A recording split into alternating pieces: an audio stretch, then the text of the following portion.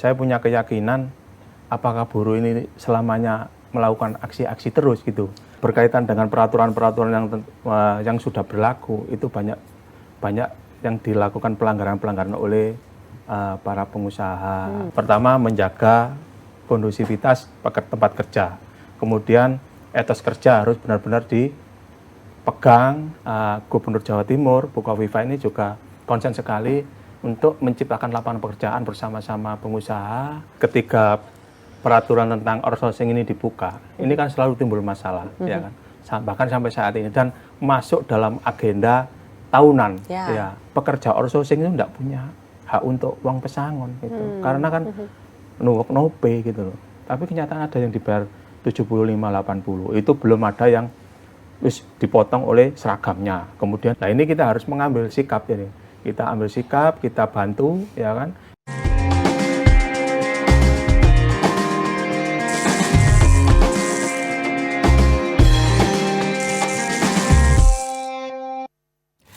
Assalamualaikum dulur-dulur Jawa Timur, bagaimana kabarnya? Senang sekali saya Karin Sam dapat hadir kembali dalam program Jatim Channel Podcast DPRD Provinsi Jawa Timur. Tentunya di program ini kita akan ngobrol-ngobrol santai, tapi pastinya akan bermanfaat untuk masyarakat Jawa Timur tentunya. Dan di studio sudah hadir narasumber, beliau adalah sosok yang luar biasa, di mana beliau adalah anggota Komisi E Provinsi Jawa Timur, membidangi ketenagakerjaan, pendidikan, ilmu pengetahuan, teknologi, pemuda dan olahraga, agama, sosial, kebudayaan, kesehatan, cukup banyak pemirsa. Ya. Keluarga berencana, pengembangan peranan perempuan, transmigrasi, penanganan bencana, arsip dan perpustakaan. Tugasnya banyak sekali, intinya begitu ya. Tapi beliau tetap semangat karena beliau ini adalah dipilih oleh rakyat yang dimana dapilnya di Mojokerto, Jombang, berasal dari fraksi Nasdem.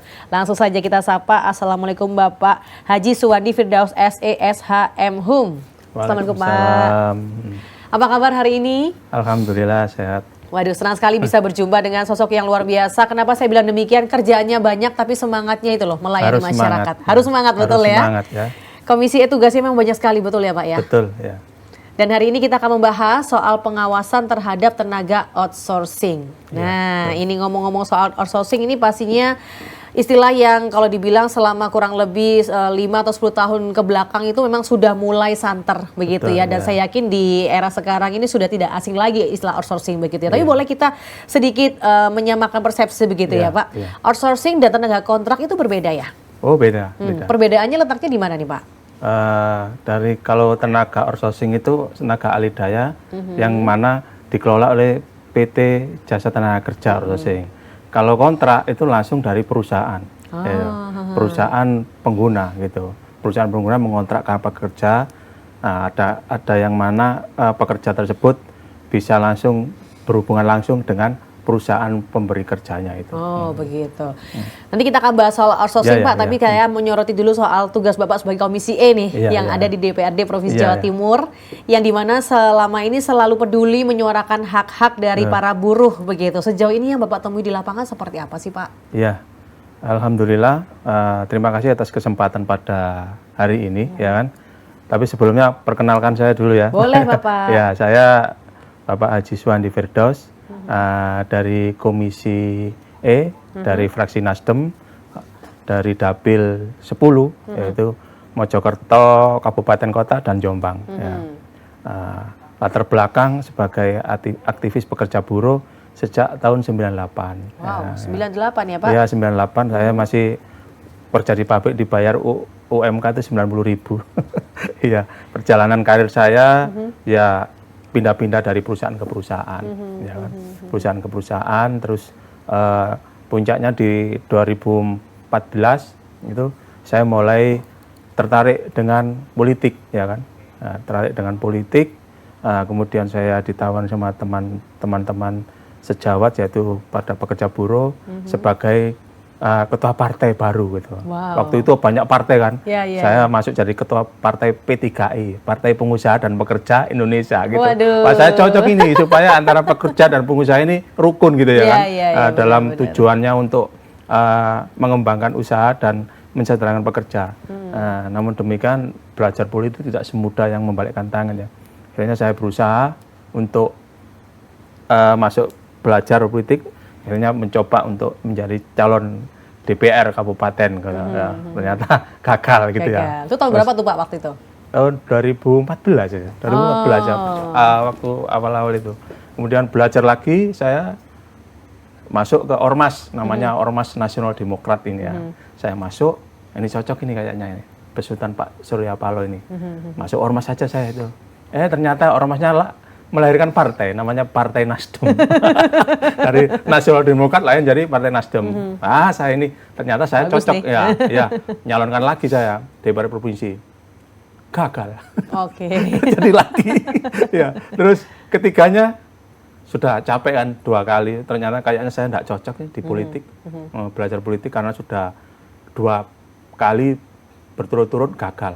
Akhirnya saya ada dukungan teman-teman pekerja buruh dengan komunitas-komunitas, masuk komunitas anak yatim piatu, bunda-bunda yatim itu, aduh Pak Wandi ikut nyalon lagi, mencalonkan lagi, terpilih. Atas ridho Allah akhirnya saya terpilih tahun 2018 ya. Nah ini yang keempat kalinya ya ini. Wow, terpilih 4 kalinya. Lagi. Ya. Dan selalu di Komisi E terus kah? Ya, ini 2 periode ini saya minta di Komisi E karena sesuai dengan pengalaman saya di ketenagakerjaan sebagai aktivis pekerja buruh gitu. Kenapa kok konsennya ke buruh begitu Pak? Ya. Karena aktivis buruh pada waktu sebelumnya begitu? Iya. Sebelumnya memang saya sebagai pekerja buruh Mbak gitu loh. Jadi tapi saya punya keyakinan apakah buruh ini selamanya melakukan aksi-aksi terus gitu sebagai agenda tahunan ya, May Day, kemudian Hari Peknas gitu. Jadi saya coba berusaha untuk menjadi aktivis yang jalur politik gitu. Nah, akhirnya saya diberi kesempatan di Partai Nasdem ini untuk konsen terhadap pekerja buruh gitu. Dan itulah saya milih di Komisi E yang mana di situ ada mitranya adalah Dinas Tenaga Kerja. Dan ini sudah 2 periode saya di situ dan tentunya saya lebih di Komisi E karena saya ingin menjadi wakil buruh, wakil rakyat, wakilnya semua masyarakat khususnya untuk membela tentang pekerja buruh itu. Jadi Bapak pernah merasakan beratnya menjadi buruh. Betul, begitu ya Pak ya? Boleh ceritakan seberat apa sih Pak pengalaman Bapak pada saat itu sehingga akhirnya melatar belakangi Bapak, saya ingin membela mereka sebagai perwakilan dari mereka yang pernah menjadi buruh begitu? Iya, buruh ini mulai pengalaman saya sebagai pekerja buruh, ya permasalahan sangat kompleks sekali Mbak, gitu. Karena apa? Berkaitan dengan peraturan-peraturan yang sudah berlaku itu banyak yang dilakukan pelanggaran-pelanggaran oleh para pengusaha maupun dari perusahaan daerah maupun perusahaan-perusahaan di PMA, sehingga kami lebih memilih ke pekerja buruh ini karena apa? Ingin mengawal teman-teman ketika ada permasalahan, kami ingin mendampingi supaya tidak terintimidasi berkaitan dengan hak-hak pekerja buruh ini gitu. Tapi Bapak mengatakan bahwa masalahnya sangat kompleks begitu ya Pak ya, bahkan ada pelanggaran-pelanggaran dari perusahaan, juga ada pernah dirugikan juga begitu ya oleh pengusaha. Betul. Begitu. Mungkin bisa di-share pelanggaran seperti apa sih yang pada saat itu Bapak alami? Kalau saya sendiri mengalami cuma pernah saya di PHK sepihak, ya, sehingga nggak dapat uang pesangon dan saya tidak punya kekuatan, ya kan, sehingga ya tidak dapat apa-apa karena tidak punya kekuatan, tidak punya asosiasi gitu, karena di perusahaan tersebut tidak ada serikat pekerja buruhnya gitu, sehingga harus berjuang sendiri melawan perusahaan gitu. Padahal tidak ada kesalahan ya Pak? Iya itu, ya karena ya itu tadi hal yang berkaitan dengan peraturan itu di situ alergi gitu, perusahaan-perusahaan tersebut tidak mau mengikuti peraturan yang ada di Indonesia ini tentang hak-hak normatifnya, sehingga saya coba menyuarakan sendiri, tapi akhirnya saya malah dikeluarkan gitu. Itu pengalaman saya yang pahit itu. Tapi seketika itu saya punya hati nurani untuk berarti saya harus ini jadi pengurus serikat pekerja itu. Jadi akhirnya saya terjun ke situ, ada kesempatan sehingga hampir 25 tahun saya berkecimpung di situ. Iya. Sebelum masuk ke politik gitu. Kebetulan dapil Bapak adalah Mojokerto Jombang, Betul. dapil 10 betul ya Bapak tadi Betul, ya? ya. Nah, di kondisi sekarang untuk Mojokerto Jombang kan apalagi di tengah kondisi ekonomi yang seperti saat ini kan banyak gelombang efisiensi. Nah, bagaimana nih Pak kondisinya untuk saat ini?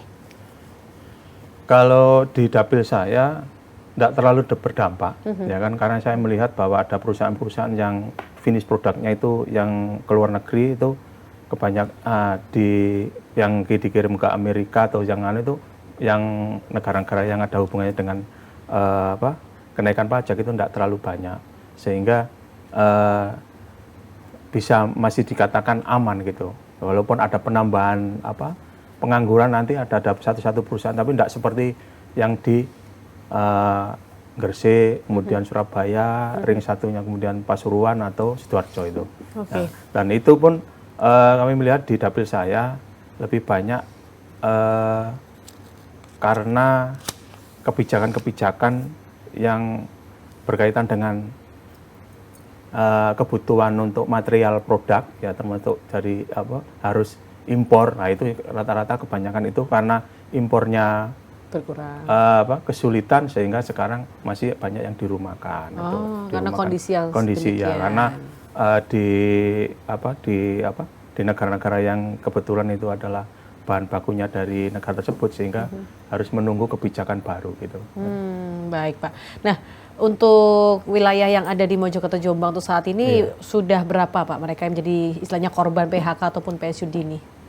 Kalau di Jombang kurang lebih hampir 30.000. 30.000? Iya, lebih tinggi daripada Mojokerto. Mojokerto sekitar 24 gitu, 14.000. Lebih tinggi Jombang gitu.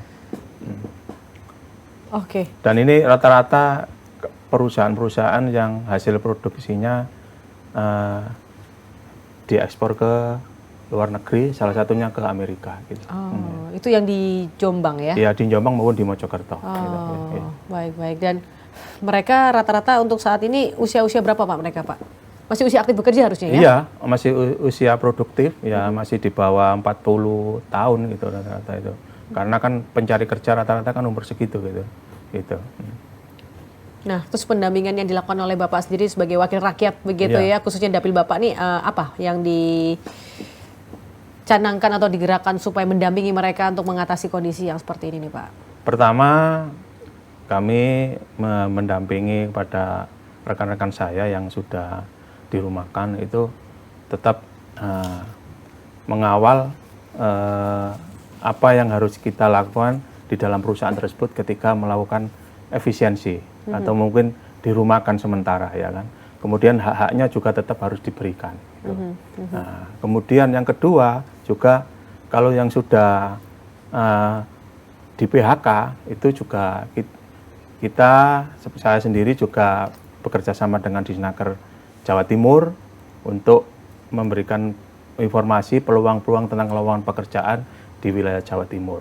Kemudian berikutnya juga memberikan pelatihan-pelatihan yang melalui program Jawa Timur di Disnaker, termasuk pelatihan servis AC, bengkel atau apa. Setelah itu kita bantu untuk memberikan modal kecil untuk bisa membuka lapangan pekerjaan di daerahnya masing-masing. Terutama yang usianya sudah lanjut, tidak mungkin lagi masuk ke perusahaan atau diterima di perusahaan yang baru nanti. Itu salah satu yang mulai kita lakukan, saya lakukan sebagai anggota Komisi E, sebagai wakil mereka untuk mencoba mengurangi pengangguran di wilayah dapil saya khususnya gitu. Baik. Kalau Bapak melihat kan kondisi sekarang kan banyak sekali mereka yang melakukan pensiun dini untuk karyawannya, PHK begitu ya. Sebetulnya aturan yang tepat atau mungkin aturan perusahaan yang bagaimana sih sebaiknya yang dilakukan untuk mengatasi kondisi-kondisi seperti ini Pak, supaya sebaiknya janganlah terlalu banyak pensiun dini karena karyawan sendiri kan membutuhkan mata pencarian begitu. Iya. Kami sudah berusaha berkomunikasi dengan pemerintah Jawa Timur maupun kabupaten kota, terutama di wilayah saya, supaya perusahaan-perusahaan yang di wilayah dapil saya ini, yang padat karya terutama, ya kan, itu supaya tetap mempertahankan produksinya dengan dengan melakukan efisiensi yang tidak berdampak pada pengurangan pekerja. Nah, yang tidak berdampak pada istilahnya itu pekerja yang dirumahkan.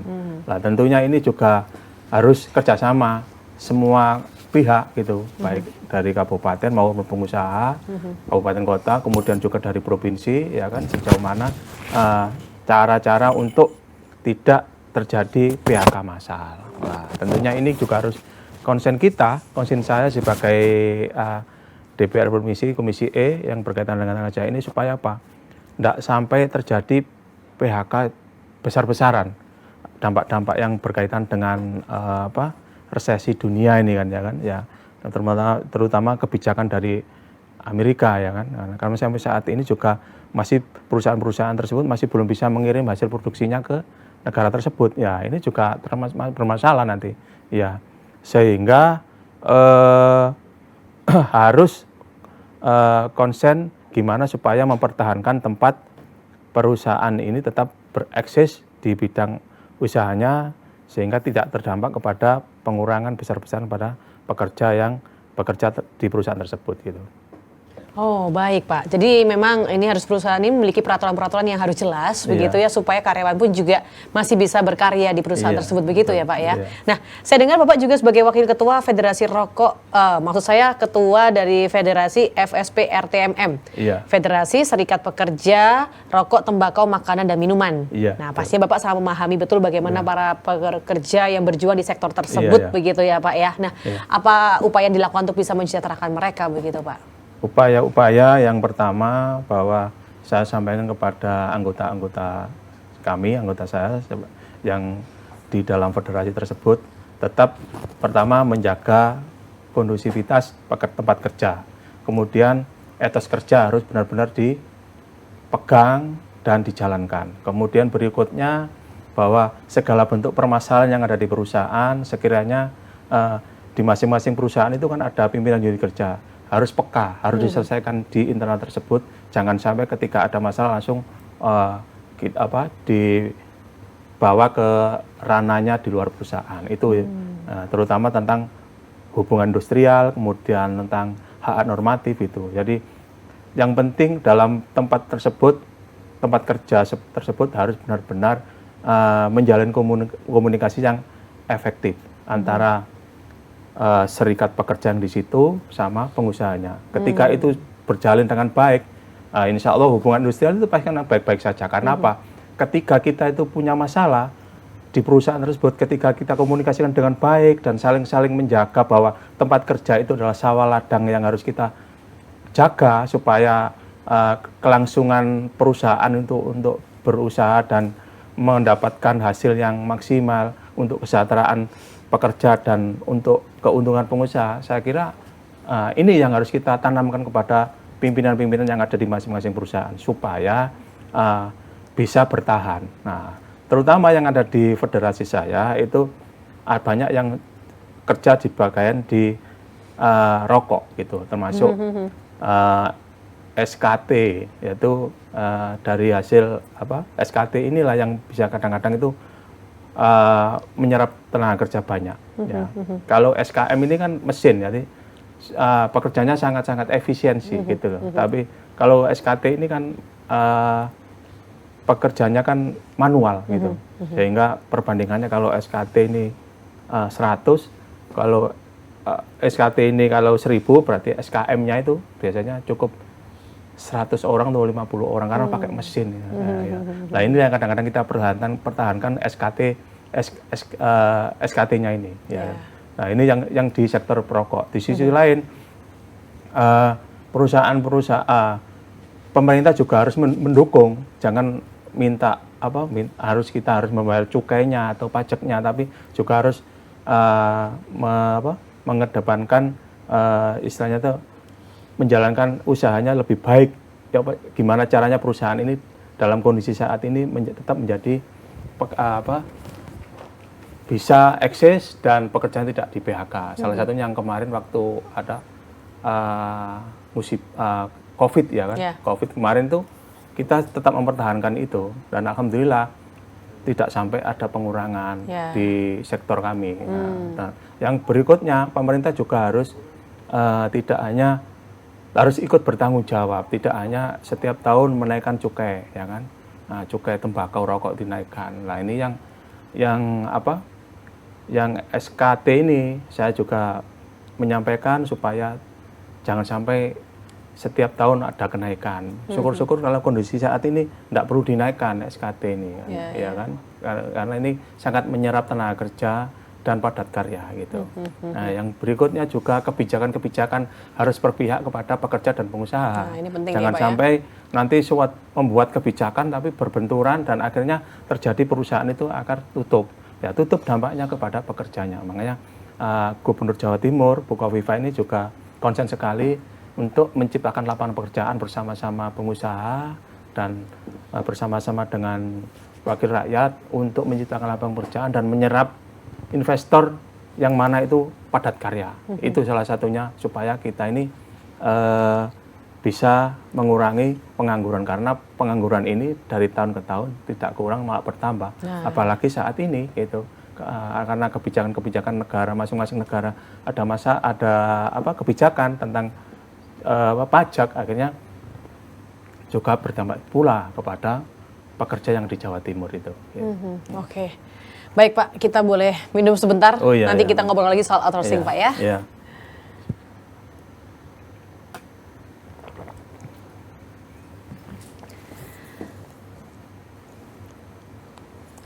Baik, Pak, kita masih bahas soal outsourcing, tentang pengawasan terhadap tenaga outsourcing yang bisa dikatakan mereka juga termasuk dalam bagian buruh begitu. Betul, ya Bapak betul. ya. Nah, saya penasaran Pak, selama 4 kali Bapak sebagai anggota Komisi DPRD Provinsi Jawa Timur, tentunya masalah buruh adalah hal yang sangat melekat begitu dengan kehidupan Bapak ya. Nah, bagaimana Pak untuk perusahaan-perusahaan yang ada nih? Apakah mereka masih membayar karyawannya sesuai dengan UMR, UMK atau mungkin di bawahnya begitu?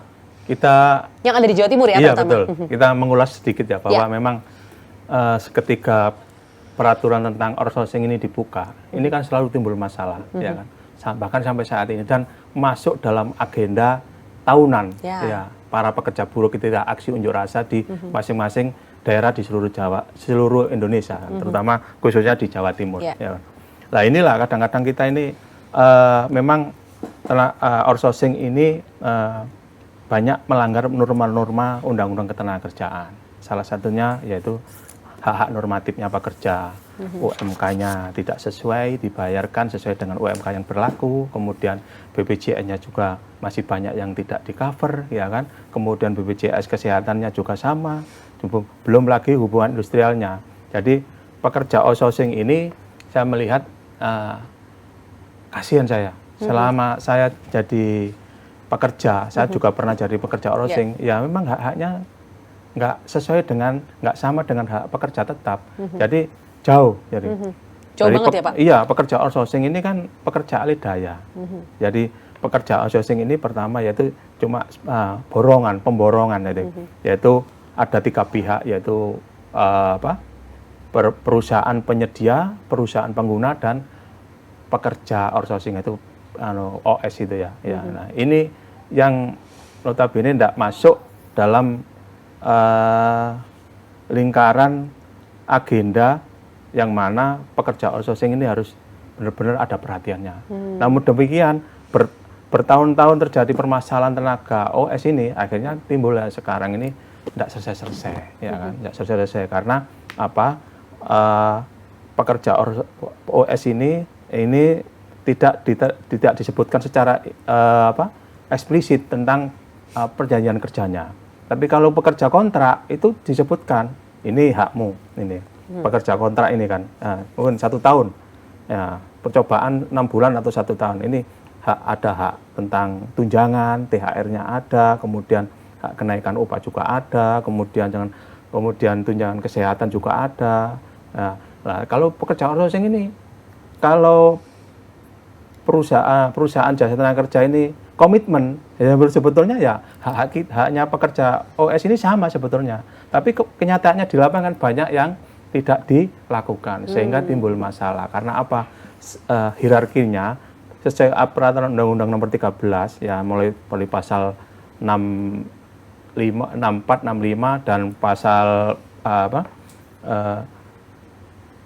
54 itu sudah jelas bahwa pekerja outsourcing itu yang bisa di outsourcing adalah security, kemudian cleaning service, kemudian office boy, dan yang berkaitan tidak ada hubungannya dengan pekerjaan inti perusahaan tersebut. Tapi kenyataannya kan banyak itu dilakukan oleh perusahaan-perusahaan, sehingga permasalahan OS ini berkelanjutan hampir dari tahun ke tahun. Dan rata-rata permasalahan itu dari pekerja OS, outsourcing, yang timbul sekarang ini berkaitan dengan hak-hak normatifnya, kemudian hak-hak uang pesangon, segala macam. Karena hampir pekerja outsourcing itu tidak punya hak untuk uang pesangon gitu. Karena kan no work no pay gitu loh. Dan penggajiannya pun kadang-kadang memprihatinkan, tidak sesuai dengan UMK yang ada berlaku di daerah-daerah berkaitan SK gubernur, ya kan. Banyak contoh kalau di Mojokerto ini banyak padahal UMK-nya 4 juta lebih ya, 4 juta lebih, tapi kenyataannya per harinya itu ketemu 200 lebih ya. Tapi kenyataan ada yang dibayar 75, 80. Itu belum ada yang dipotong oleh seragamnya. Kemudian tidak punya hak untuk BPJS Kesehatan maupun BPJS Tenaga Kerja. Sehingga kasihan kalau uang 80.000 ketika kecelakaan di jalan mau diklaim, tidak masuk ke BPJS ketenagakerjaan. Kemudian kalau sakit tidak masuk ke BPJS Kesehatan. Lah inilah kasihan. Sisi lain BPJS Kesehatan itu maunya kalau diikutkan itu harus sesuai dengan UMK yang berlaku gitu loh. Bayarnya itu walaupun tidak berlaku, tapi mau tidak mau harus sesuai dengan UMK yang berlaku di daerah tersebut. Bayar untuk ikut iurannya BPJS Kesehatan. Nah inilah kadang-kadang permasalahan outsourcing kan kompleks sekali.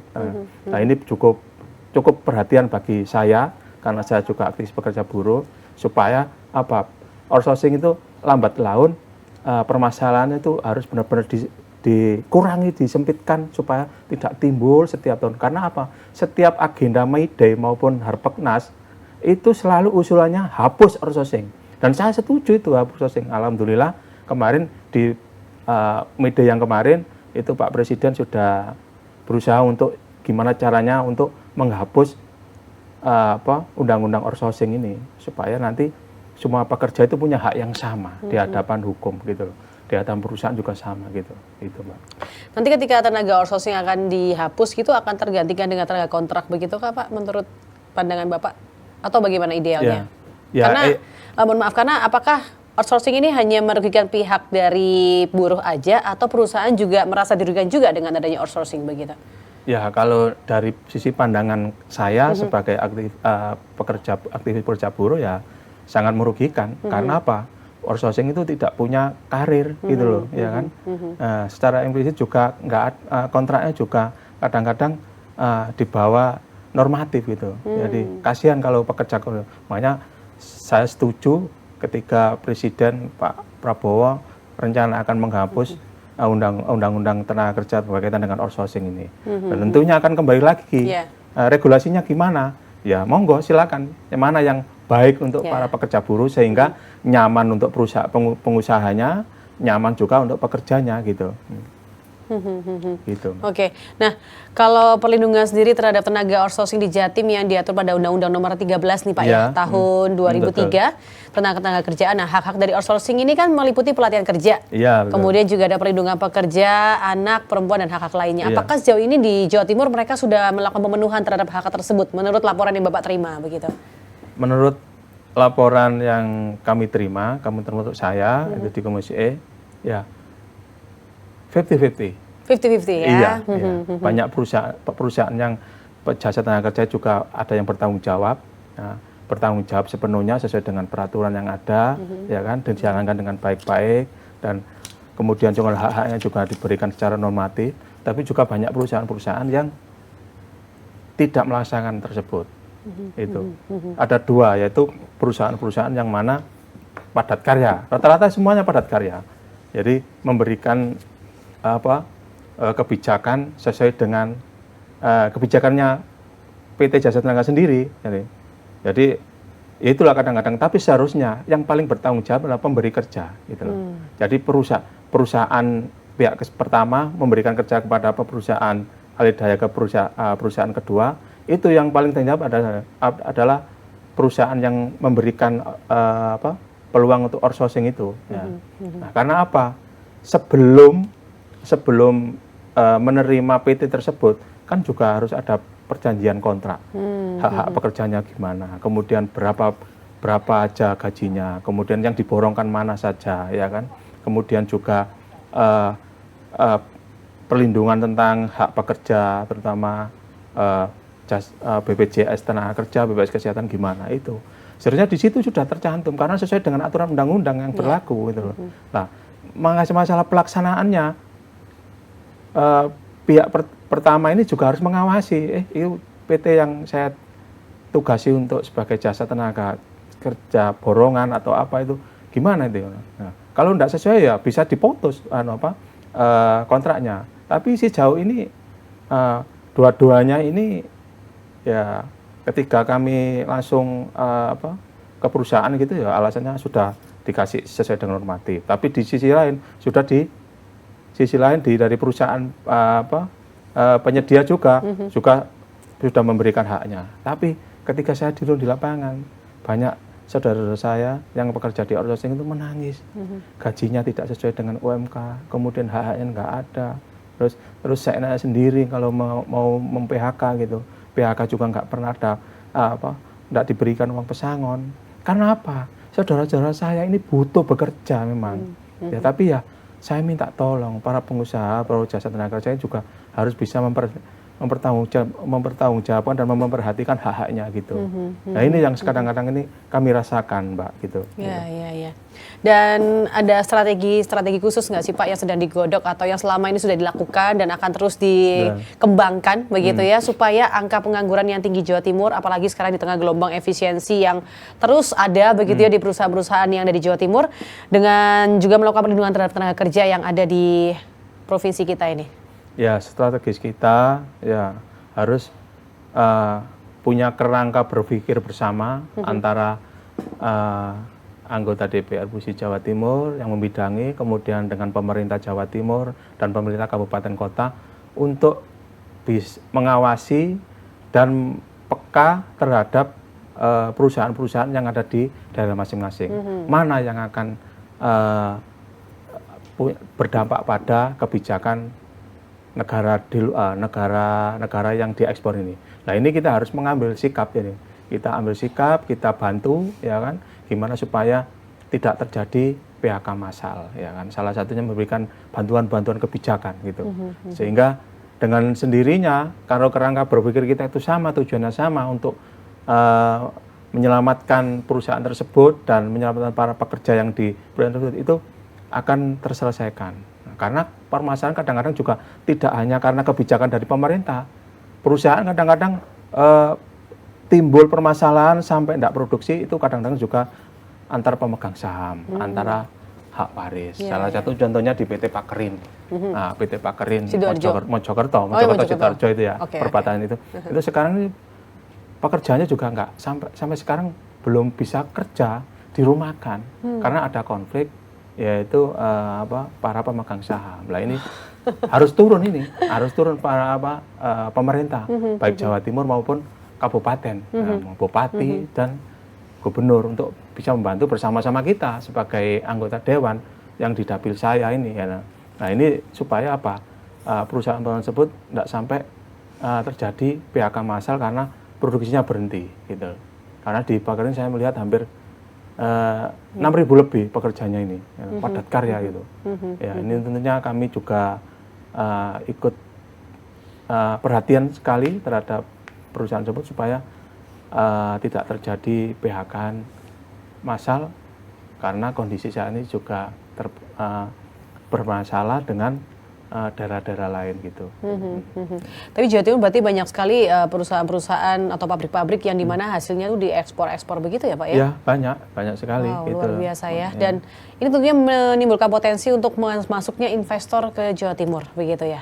Maksudnya investor maksudnya investor ini gimana? Jadi kalau misal tenaga kerjanya ini kan terjamin begitu Pak, ini kan ada korelasi dengan ketertarikan investor begitu Pak? Iya betul ya. Nah kalau program dari Komisi DPRD Provinsi Jawa Timur ini bagaimana ya jaminan tenaga kerja supaya para investor ini melirik begitu ya? Ya, Sejauh ini kita sudah menjalin komunikasi dengan baik dengan pihak-pihak yang terkait, terutama pemerintah Jawa Timur, supaya memberikan peluang kepada negara-negara asing yang mau menanamkan modal berinvestor di Jawa Timur, salah satunya untuk penyerapan tenaga kerja, supaya lebih mengurangi pengangguran di Jawa Timur, karena saya melihat di Jawa Timur ini perlu ada perhatian khusus tentang pengangguran, ya kan? Pengangguran yang hampir setiap tahun ada peningkatan. Nah, untuk itu kami juga berharap bahwa pemerintah Jawa Timur bersama kita sangat mendukung sekali ketika kita mencari investor yang mana itu perusahaan-perusahaan yang mau masuk Jawa Timur dengan padat karya, gitu. Karena kita tidak menginginkan padat modal, karena padat modal paling ya perusahaan besar, asing, PMA, modalnya besar tapi karyanya kecil. Nah, saya menginginkan supaya ada investor yang padat karya di sini gitu, supaya dengan sendirinya mengurangi pengangguran di masing-masing daerah. Dan penempatannya juga investor itu harus juga ingin nyaman, jadi birokrasinya juga harus tidak berbelit-belit, mudah gitu kan.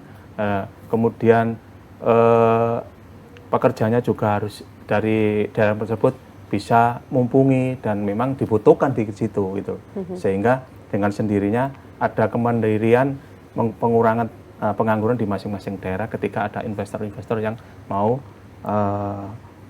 datang dan memberikan perusahaan-perusahaan di daerah tersebut gitu. Nah, Pak, kalau ngomong soal tenaga outsourcing kan otomatis skill itu juga sangat diperlukan. Betul, begitu. Apakah ada program-program khusus begitu Pak untuk mereka, khususnya dari pemerintah Provinsi Jawa Timur melalui Komisi E ini untuk bisa menambah skill mereka supaya mereka juga bisa siap terjun di dunia perusahaan begitu? Kalau tenaga outsourcing ini, OS ini memang tidak punya karir, Mbak. Gitu loh. Tentunya kami juga ikut berpikir, ya kan? Berpikir bersama dengan Disnaker Jawa Timur, dengan pemerintah Jawa Timur, gimana supaya ketika pekerja ini kontraknya habis punya usaha-usaha sendiri. Makanya di Jawa Timur, di Disnaker Jawa Timur ada namanya UPT. UPT ini di masing-masing daerah ada UPT tenaga kerja ini. Nah ini kita buat pekerja ini yang masih ngerjakan outsourcing, yang sudah istrinya maupun suaminya itu bisa ikut pelatihan-pelatihan program tersebut. Salah satunya programnya yang di UPT itu ada membuat kue, rias pengantin, kemudian ada juga kalau yang laki-laki itu servis AC, kemudian bengkel sepeda motor. Nah ini kita selalu merencanakan program-program tersebut supaya bisa ada kemandirian ketika ada pengurangan tenaga kerja, ada PHK yang massal gitu. Dan tentunya ini kita dukung, dan kami di daerah saya sendiri itu siap juga. Dan banyak program-program tersebut, cuma perlu ada dukungan memang. Kalau tidak ada dukungan, ya setelah dukungan modal termasuk ya, setelah ada pelatihan, kemudian nggak ada tindak lanjut, ya percuma saja. Jadi orang satu yang kita training itu tadi di UPT itu selama 1 bulan, supaya bisa merekrut keluarganya untuk bekerja. Salah satunya harus kita dukung permodalannya. Lah sekarang yang di Jawa Timur ini program Disnaker cuma ada pelatihannya.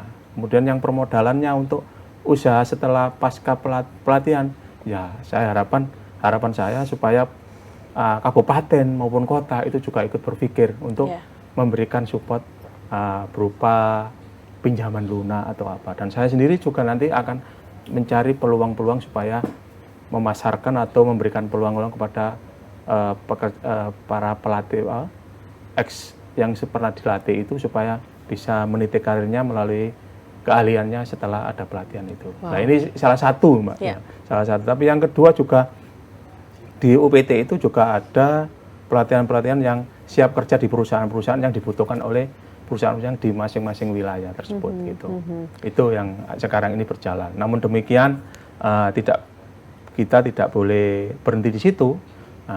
Kita harus punya kerangka berpikir bersama supaya peluang pekerjaan di Jawa Timur ini benar-benar luas, sehingga dengan sendirinya Jawa Timur tidak berdampak kepada kebijakan-kebijakan pemerintah maupun negara-negara lain. Tentunya yang sekarang ini concern yaitu perusahaan-perusahaan dan pengusaha-pengusaha jasa tenaga kerja ini juga harus ikut bertanggung jawab ketika memang sebagai jasa tenaga OS, tenaga outsourcing, ya harus ada korelasinya, harus memberikan kesejahteraan, ya kan, tidak hanya mencari untung aja, tapi kesejahteraannya para pekerjanya ini yang paling penting ya Pak. Yang penting, jangan sampai nanti yang penting aku untung, ya kan, nanti kalau enggak mau ya sudah keluar aja, habis itu tak cari lagi lah, ini kasihan juga itu.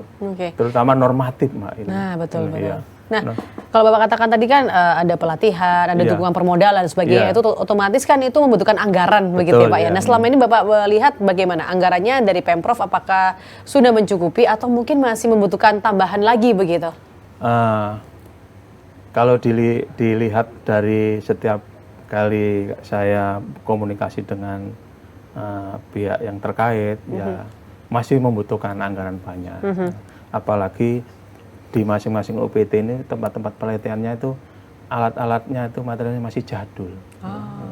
Jadi masih sudah lama, perlu ada regenerasi. Makanya kurang kompetitif nanti setelah hasil pelatihan itu untuk ditandingkan dengan pekerja-pekerja yang dari luar negeri itu.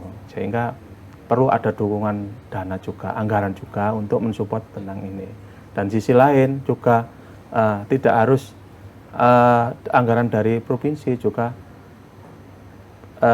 pemangku ini juga harus bisa mencari anggaran di luar anggaran dari Provinsi Jawa Timur. Salah satunya CSR dari perusahaan-perusahaan yang bisa kerjasama gitu, sebagai pensupport untuk menciptakan keahlian-keahlian untuk para pekerja-pekerja yang kena PHK itu. Gitu. Berarti memang usulannya mungkin UPT ini bisa lebih diremajakan lagi begitu ya Pak ya? Oke, baik, luar biasa.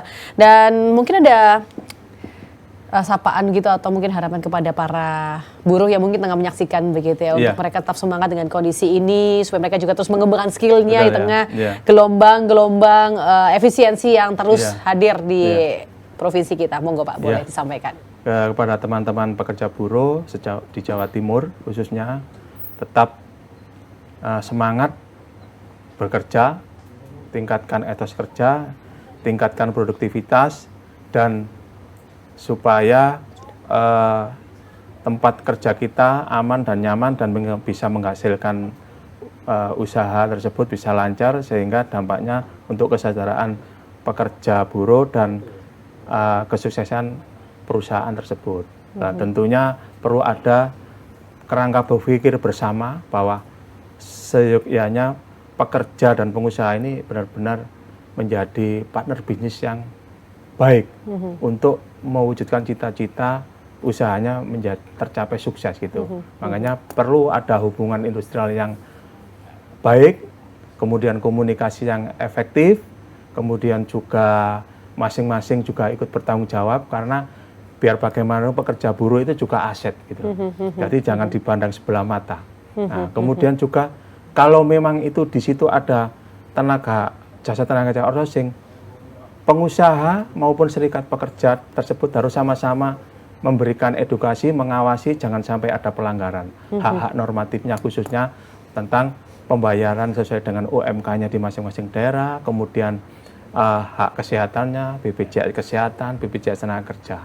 Kemudian hak-hak akhir tahun, yaitu ketika hak-hak itu seringkali setiap tahun, setiap menjelang mau Idul Fitri, ada permasalahan-permasalahan yang tidak mau membayar THR. Nah, ini juga sebelum Hari Raya Idul Fitri, pengusaha dan bersama-sama serikat pekerja buruh yang ada di perusahaan tersebut, kemudian perusahaan jasa tenaga kerja harus bersama-sama memikirkan tersebut supaya setiap menjelang hari raya tidak ada timbul permasalahan tentang tidak dibayar THR. Nah, inilah harus kita bersama. Makanya saya kembalikan kepada semua di masing-masing perusahaan, baik serikat pekerja maupun pengusaha jasa tenaga kerja, kemudian perusahaan-perusahaan yang alih-daya harus punya kerangka berpikir bersama gitu. Supaya apa? Semua kalau diniati dengan tulus ikhlas dan diniati ibadah, insya Allah di tempat perusahaan tersebut akan nyaman dan aman, dan perusahaannya insya Allah juga akan mendapatkan ridho dari Allah, akan selalu berkembang. Karena sama-sama bekerja sama, saling mendoakan. Yang istrinya para pekerja buruh juga mendoakan supaya mendapatkan gaji dan perusahaannya tetap eksis. Di sisi lain perusahaan juga punya tanggung jawab bahwa ketika ada kesuksesan, ketika ada untung, bagi sama gitu. Sehingga haknya pengusaha ini tetap punya hak untuk mendapatkan keuntungan, tapi kebalikannya ketika sukses perusahaan tersebut, pekerja juga harus mendapatkan hak-haknya. Salah satunya ketika ada satu perusahaan yang pembagian ada selain THR ada bonus namanya. Nah inilah, ini perlu kami sampaikan bahwa benar-benar harus difahami sama, kemudian makanya kami garis bawahi bahwa tempat pekerja itu adalah sawah ladang kita, sawah ladangnya pengusaha, sawah ladangnya pekerja buruh. Makanya harus benar-benar menjaga supaya sawah ladang kita ini tetap eksis, kemudian tercapai kesuksesan yang mana kembali kepada pengusaha dan pekerjanya itu. Luar biasa, pesannya sangat lengkap begitu ya. Semoga sama-sama didengar baik oleh para buruh dan juga para pemilik perusahaan itu. Semoga kolerasinya bisa baik, hubungannya bisa baik, komunikasi efektif, dan muncullah nanti kesejahteraan bagi para buruh dan juga perusahaan. Pastinya ekonomi Jawa Timur makin maju. Terima kasih banyak Pak Suwandi untuk sharing-sharingnya pada kesempatan kali ini. Pemirsa juga terima kasih untuk kebersamaan Anda. Semoga apa yang disampaikan ini memberikan manfaat bagi kita semua. Sampai jumpa lagi di Jatim Channel Podcast DPRD Provinsi Jawa Timur episode berikutnya. Saya Karin Sem pamit undur diri. Wassalamualaikum warahmatullahi wabarakatuh. Waalaikumsalam warahmatullahi wabarakatuh.